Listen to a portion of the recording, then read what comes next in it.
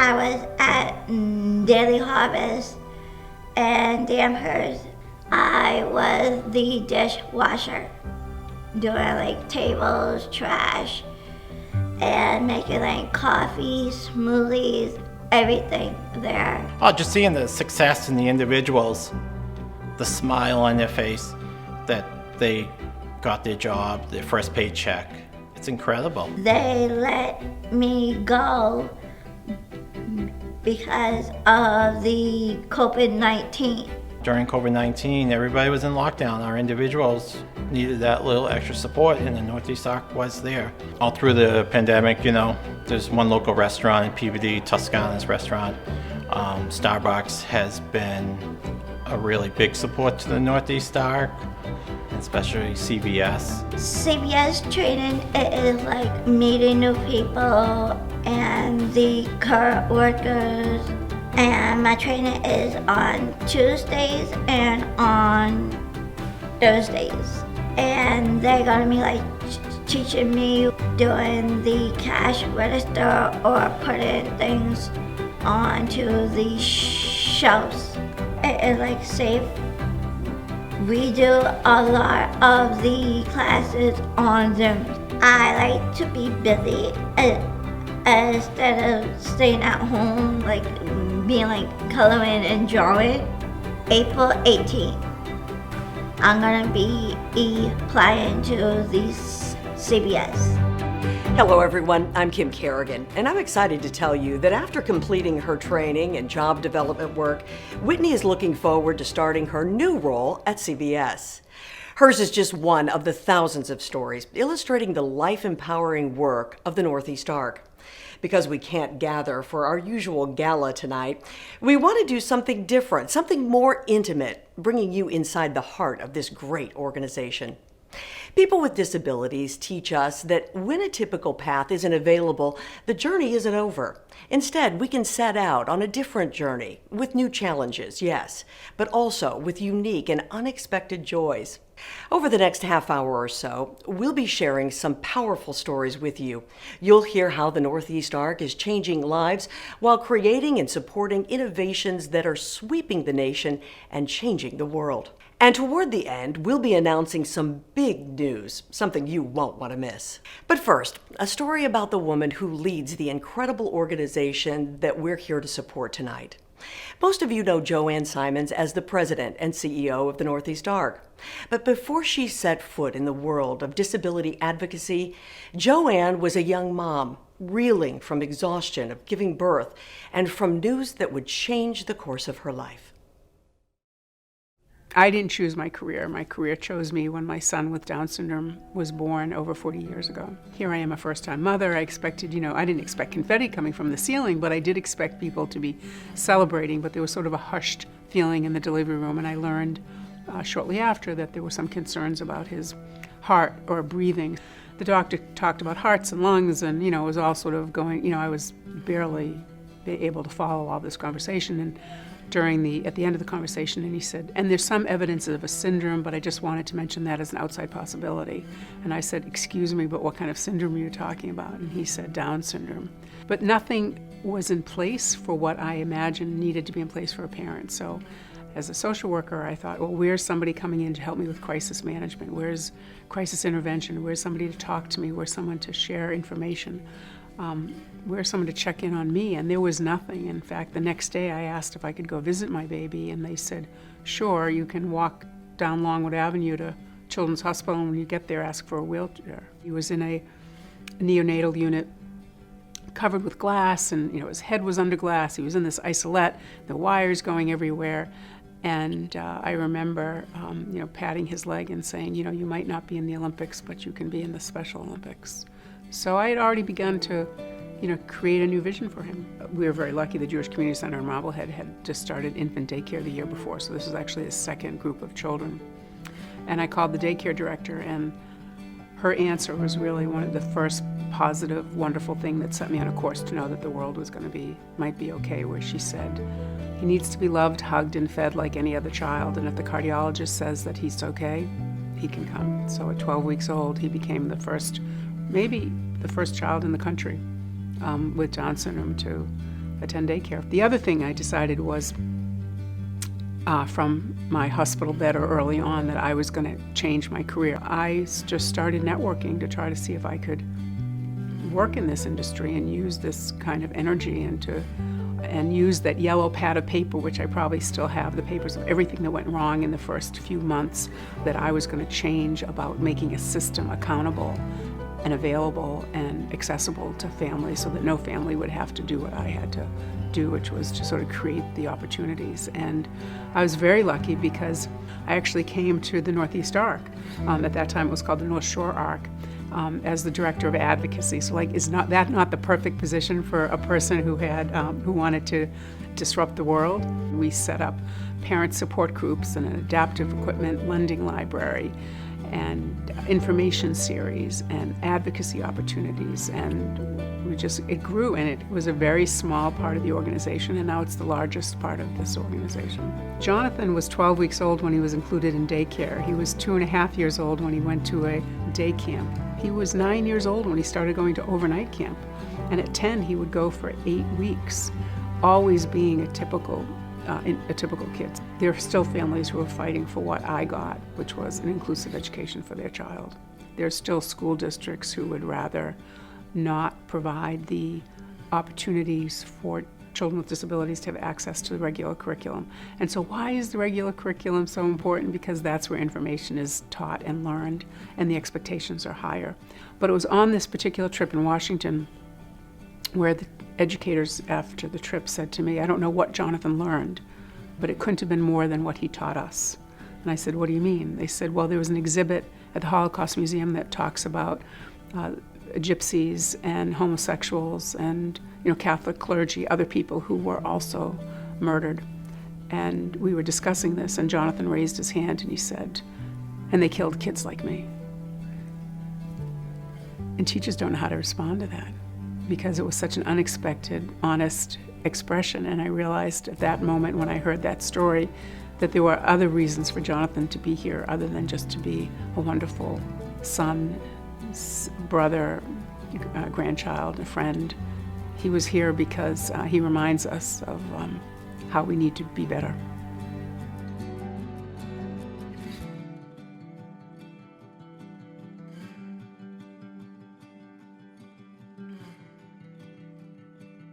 Joanne's story is similar to others you'll meet tonight. Their experience as parents compelled them to find creative solutions so that other families wouldn't have to struggle as they did.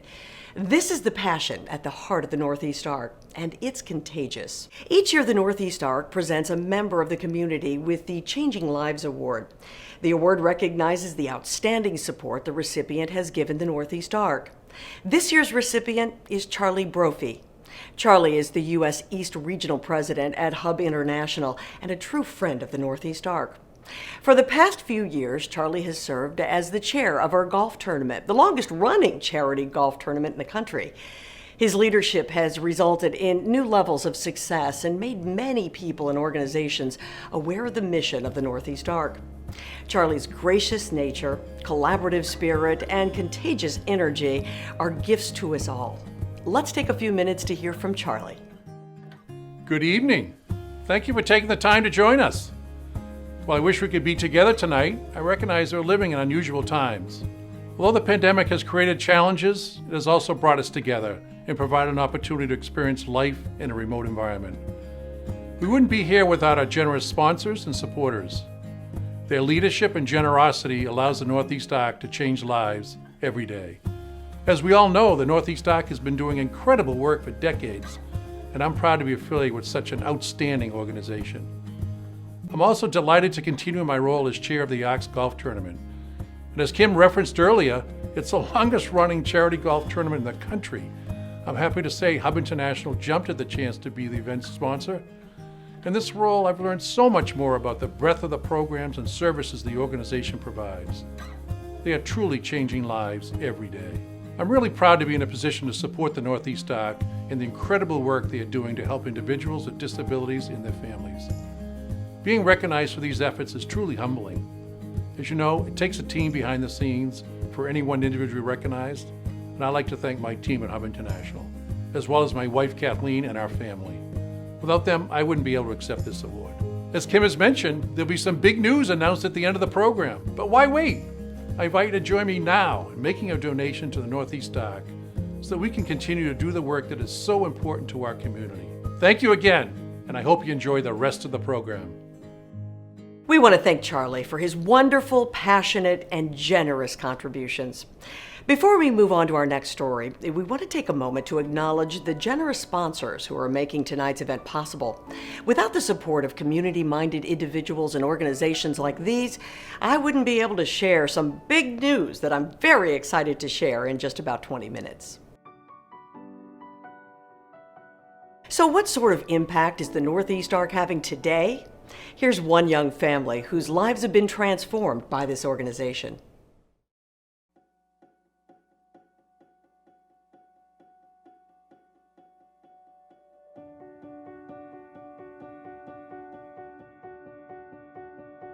My son Charles is 7 years old and he's on the autism spectrum. It's a shocking experience. Obviously my wife's a big support, helps. Like she said, you kind of feel lost. It felt like we were the only people on the planet who were getting the diagnosis of autism. We had no idea what that meant for us as a family, what it meant for Charles's future. We were scared, we were angry. Other dads are bringing their kids and doing sports and doing activities, and you kind of feel, you know, how do I move forward? But the ARC has helped with that.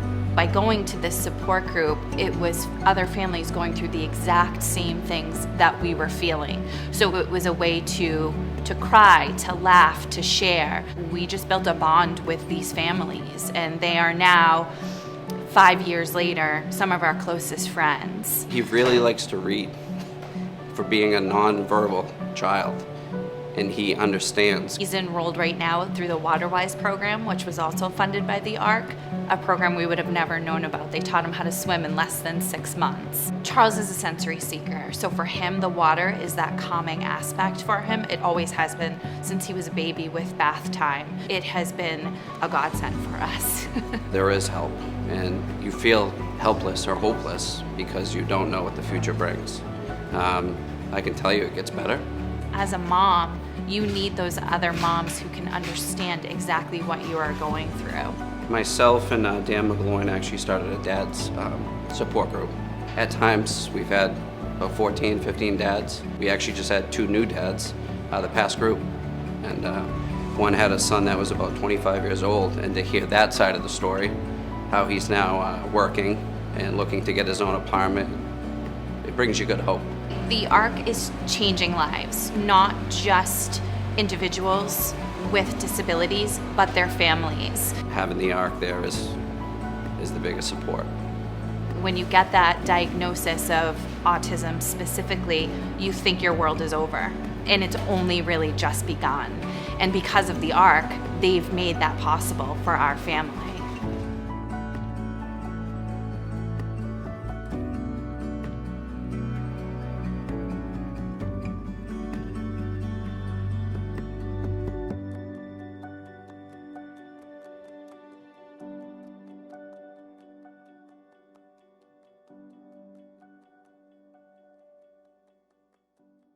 The mission of the Northeast Arc is changing lives, discovering abilities. But one new training program funded by the Northeast Arc is not just changing lives, it's saving them.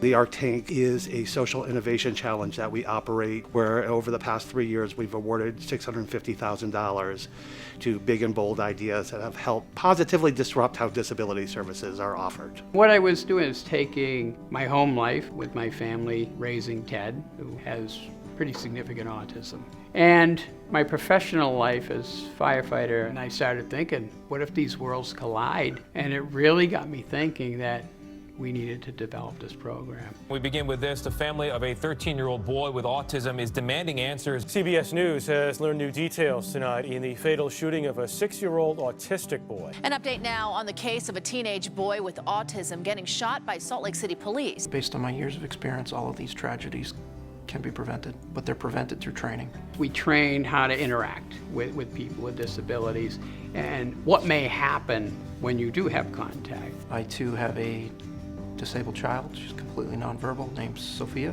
As a police officer, we're trained, to rush in, we rush in, and we problem solve, whatever that problem is. But this is unique. We're teaching these kids, you gotta rush in to solve this problem, but now stop on a dime. We had trained this group from 10 to 1, and they got that call at 2 o'clock. They used it right away. And it was just that, somebody who didn't know personal space, they asked them nicely just to step back. They gave them time. They reached out the next day and told us because of the training, we changed our approach and it worked. With the ARC tank, we took the training to a level where we could train others to teach in their regions. Not only is it training first responders, it's bringing communities together. We do a lot of outreach. We work with people with disabilities and families, and we try to teach them what the 911 system is about. A lot of police departments and fire departments will have photos of children that are on the spectrum. And what I really encourage our students and our recruits to do is recognize the face, the name, and the address. And I try and encourage them to, when you go to 123 Main Street for the first time, I want you to walk in, and this little boy's face is Teddy. I want you to actually walk in and say, "Hey Teddy, what's going on?" And Teddy's gonna take a step back and he's gonna look at you and be like, "Who the heck is this guy? How does he know me?" He doesn't know you, but you're building a rapport and you're breaking down barriers. And you don't realize it, but you're going to make your call 3 years from now that much easier, because you're going to now walk in and you're going to treat him like a human being. You're going to treat him compassionately.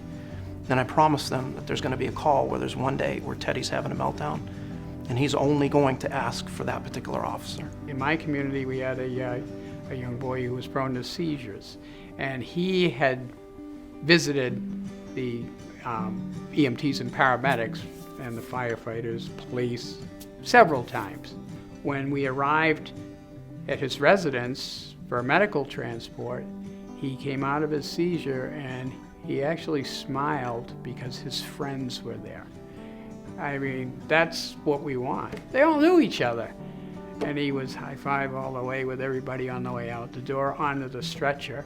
And we knew he liked to blow the siren, so we'd have to blow the siren for him going to the hospital. That's what it's about, making these connections so we're comfortable with each other. I think it's a testament to our program that Bill's created, that we are just not having some of the horror stories here in the Northeast. And I think that's because we're getting to these kids, we're getting to these officers, and we're just not seeing the tragedies that you're seeing in other parts of the country. The feedback we get is tremendous. Wow, I never knew. And that's the biggest one for me. I had no idea. In Massachusetts, they have just passed a mandatory police officer training for the Autism Awareness Program. Personally, as an ALEC consultant, as a parent and as a father, I would love to see our program implemented in every state across this country. That was our goal with ARC Tank. We need to blow this up, and we feel we've done that. We've trained almost 50,000 first responders, and we're still going strong. The Northeast ARC wants to thank Steve Rosenthal, whose donation helped create the ARC Tank. Your donation tonight will support positively disruptive initiatives like the ARC Tank. Bill and Ryan's training is making the world a safer place for people with disabilities and first responders. Its expansion across the country is being championed and underwritten by the Northeast ARC. It is truly extraordinary. Gloria Riccardi Castillo is also extraordinary, providing resources for 20 years to families who received a diagnosis of autism and creating support groups in multiple languages and locations. Her story also begins with her son. I'm a parent of someone with autism, so I found this organization many moons ago, and it was just that I found a place, I found my village. Gloria is not only a colleague of mine, but she's also a friend, and we've worked together for over 25 years. My son was a very good communicator, but he has no means to communicate at the time. So in the school, they started using these little pictures. So he will point at things, and that's how I learned that he could understand. So we started making pictures, but it was so time consuming. It was so difficult. And he was upset about something, and we were trying to understand what he wanted. So it was like, what is it, honey? Can you point? Can you show me? And he'll be just frustrated, crying. When I went to a conference, they had a technology booth, and I went there, and they were talking about communication and people with disabilities. And so I went there, and I heard all about it from this guy, and I was like, oh my God, we can do this for my son. I think it was $4,000, and we were like, oh my God. So the school was not in agreement, so we paid for it. The school didn't have to. But when he started using it, it was like magic.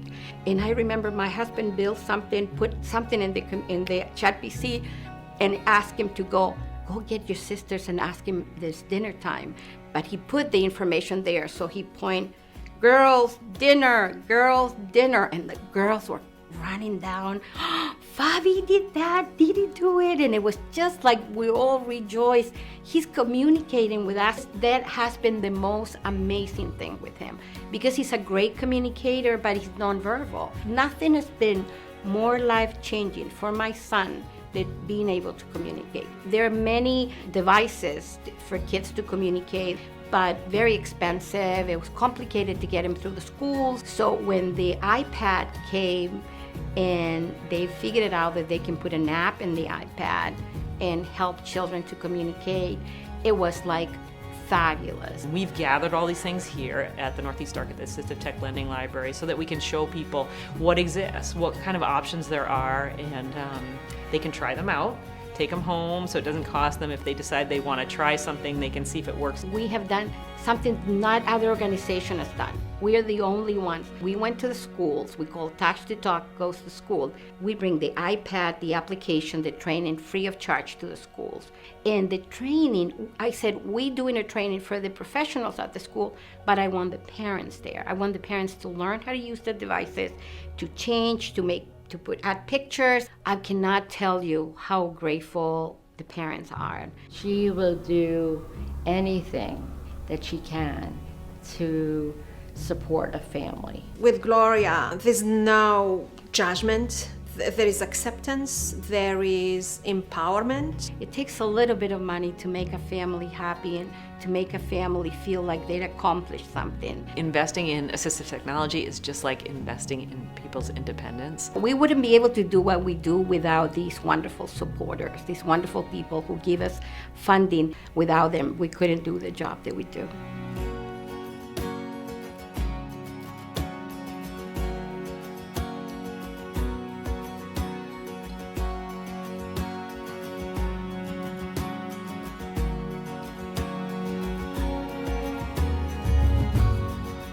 Gloria reminds us that philanthropy is a key to the continued success of the Northeast Arc.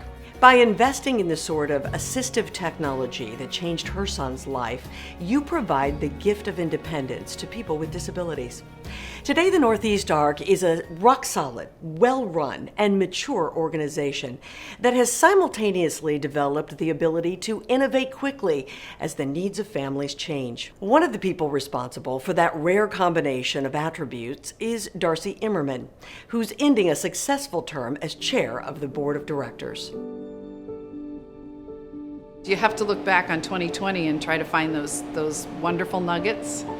And we had some wonderful nuggets. I mean, frankly, we had some wonderful actions. We had some very brave employees. We had incredibly important donors that stepped up. It really shows the fact that we are understood by the community and what our value is, that the people that support us understand what that value is and understand what the risk of losing that would mean to the community. So what would be lost without the Northeast Arc? An incredible resource for parents and for families. The people that we serve would be more isolated again. And isolation is a horrible, terrible thing. You think you understand what isolation means until a pandemic hits and you really understand what it means to be isolated. The other thing that we would lose would be the joy that the individuals that we work with bring to the community.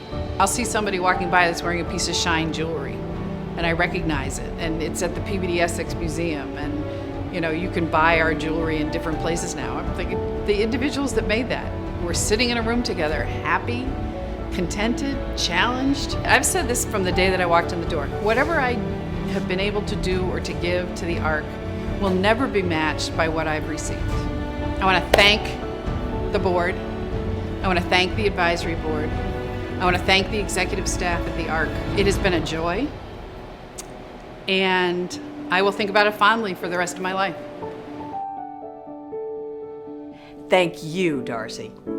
Darcy and the board have had a big dream for the Northeast ARC. They yearn to bring the work of the organization more fully, more visibly into the community. They hope to bring the staff of the Northeast ARC into daily contact with the individuals they serve.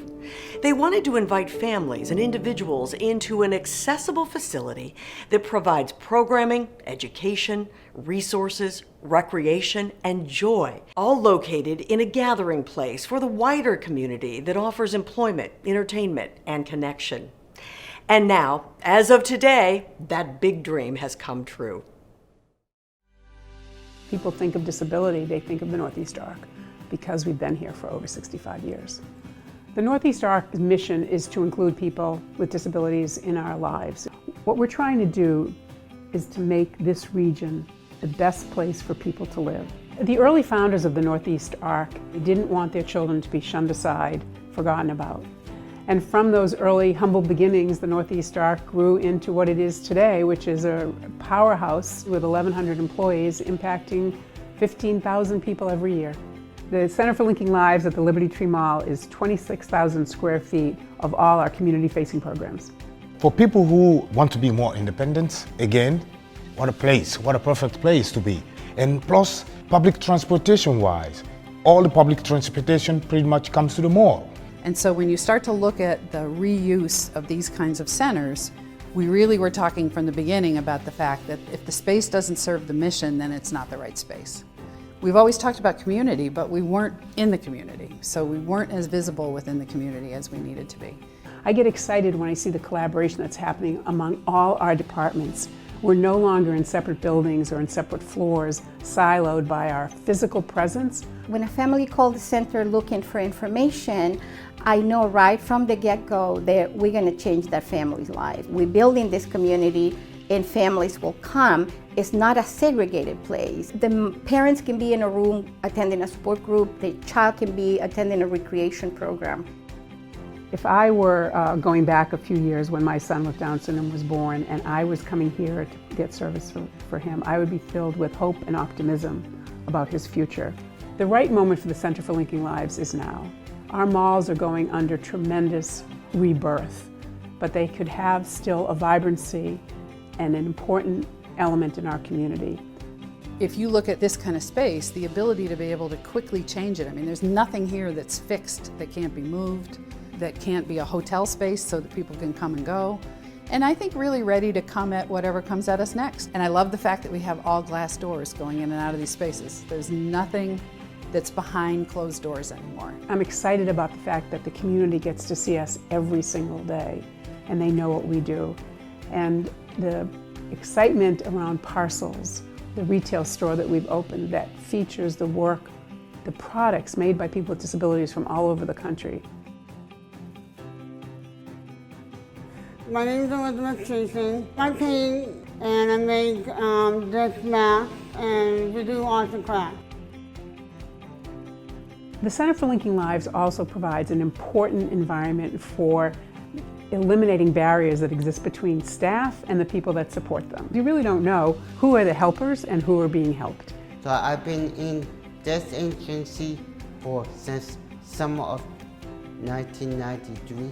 They helped me to find a job. I cleaned the 2 buildings, one here and one across the mall. I do a variety of different programs. I work in employment opportunities where I go work for a job called Bright Future Senior Living. I worked how to build up a resume, how to take care of money, and how to be a good employee / good future supervisor. There's a vibrancy here. There's a feeling of, I can be myself. I can do things here that I might not have an opportunity to do elsewhere. I have a lot of friends in the program. I like to learn. We have never forgotten that innovation is the core of what we do. When this space, post-pandemic, is fully realized, so fully staffed, and we're doing all that we're capable of doing, we will have a playbook that will allow other organizations in other towns and cities around Massachusetts and around the country to do the same thing. In 10 years or so, we're going to look back and say that this was a game changer, not only for the North Shore, but for the country.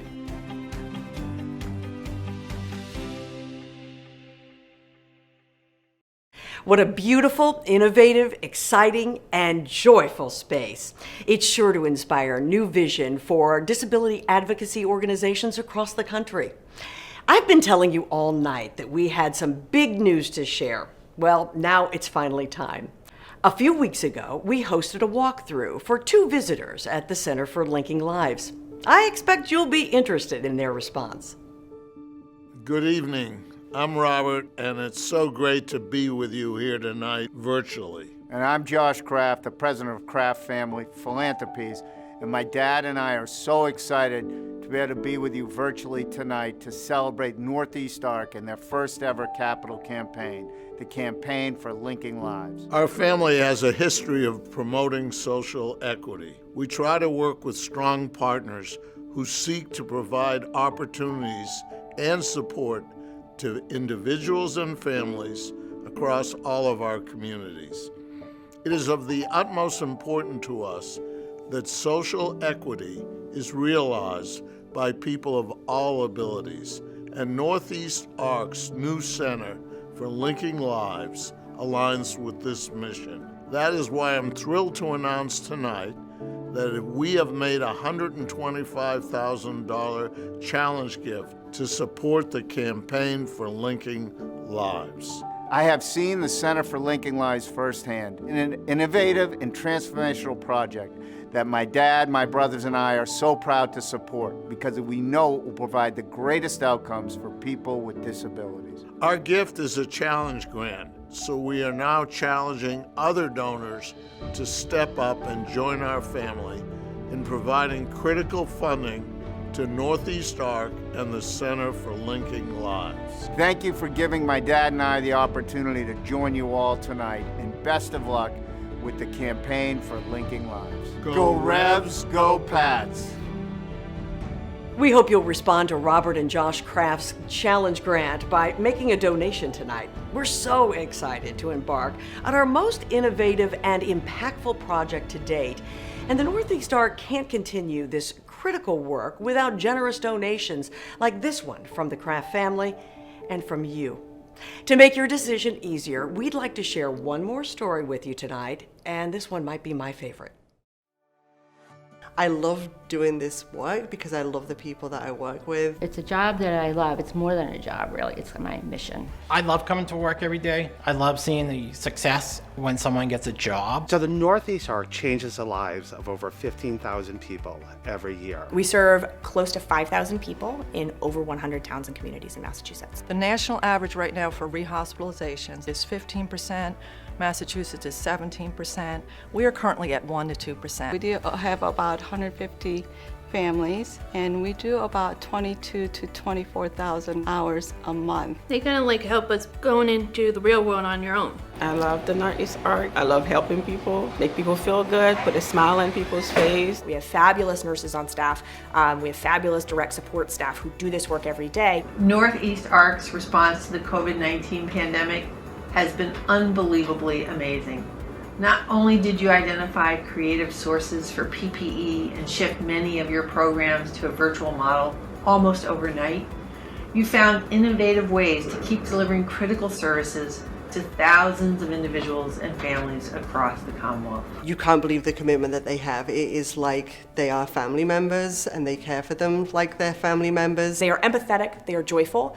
I think they're really compassionate, and they're really creative. I think they create such a beautiful community for families and for people with disabilities. It started like at 22 and now she's going to be 57 in May. Kind of like a home away from home. Yes. The easiest way to challenge a mission is to innovate. We did it this way before, it worked just fine, but what if? So once you start to go down that path, you're saying, I understand the importance of the mission, but I'm looking forward to what we may not have considered yet. And to me, that's innovation.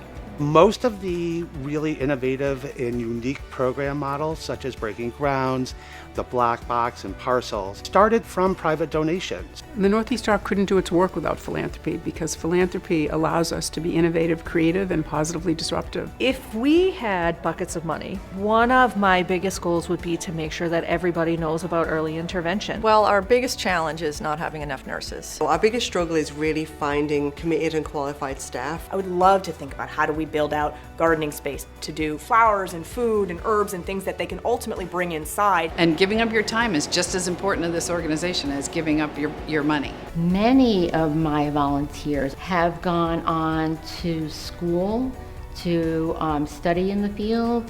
So how good is that? I don't want to think about how my life would be without the support of the Northeast Arc. Northeast Arc is a big part of our lives. We'd be lost without them. If we didn't have the ARC, poor Lisa would be stuck with me, and instead Lisa has a full, rich life. I very much like the Northeast Arc and working. I work very hard to earn my paycheck. If it wasn't for the nurses, they would be in institutions rather than at home. We would be lost, truthfully. We say that it saved our lives. Since I've been in the program, I've been coming out of my shell. You can be who you want to be with a disability. If Northeast Arc didn't exist, it would be different. I wouldn't have a lot of friends and have a job. But Stephanie came to us a while ago. She lived in a group residence in Gloucester. I was in a group home for about 8 years, and then I moved to shared living, and then I am in another Northeast Arc independent living house in Salem. So she's a real success story of how we've been able to help somebody move from needing 24-hour staffing to really needing very minimal supports. We became part of the ARC family very early, and 30 years later we're still part of that family. The creativity that I see here, it's so beautiful and so satisfying when you see a program that you know needed to happen, but you didn't know how it could possibly happen. There wasn't staff, there wasn't money, there wasn't a physical location for it, and then the next thing you know, it's up and running because that's what families needed. It's pretty fantastic and it's pretty amazing, and it's opportunities that we would have never known about. I've had the opportunity from the vantage point that I'm in for over 40 years to actually see remarkable, unthinkable advances and changes for people with disabilities. I don't think that when I started on this journey, even I would be able to say to you, I think that people with disabilities are going to be marrying and getting divorced and graduating from college, becoming lawyers. Even though it's only been 40 years, it's been like a light year in terms of what we've been able to accomplish. We do everything from the beginning of life to the end of life. And we do it with grace and love and with lots of hope.